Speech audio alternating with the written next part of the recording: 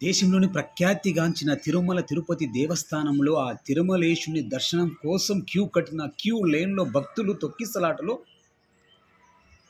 6 మంది చనిపోయి దాదాపు 30-40 మంది అంటే సోషల్ మీడియాలో వస్తున్నటువంటి కొన్ని రికార్డెడ్ ఆధారాల ప్రకారం 40 మంది పైచిలుకు హాస్పిటల్‌లో చికిత్స పొందుతూ ఇప్పటికి కూడా ఇంకా బాధపడుతున్న నేపథ్యంలో కేవలం ఒక సినిమా ఈవెంట్‌లో ఒక థియేటర్ దగ్గర తొక్కిసలాటలో ఒక తల్లి చనిపోతే, ఒక అబ్బాయి హాస్పిటల్‌లో ఉంటే, ఒక రాష్ట్రం అతలాకుతలమైపోయింది. ₹1,00,00,000 ఎక్స్‌గ్రేషియా గూడా ప్రకటించారు. ఒక వ్యక్తిని, ఒక ప్రముఖ నటుడిని జైల్‌లో గూడా పెట్టారు.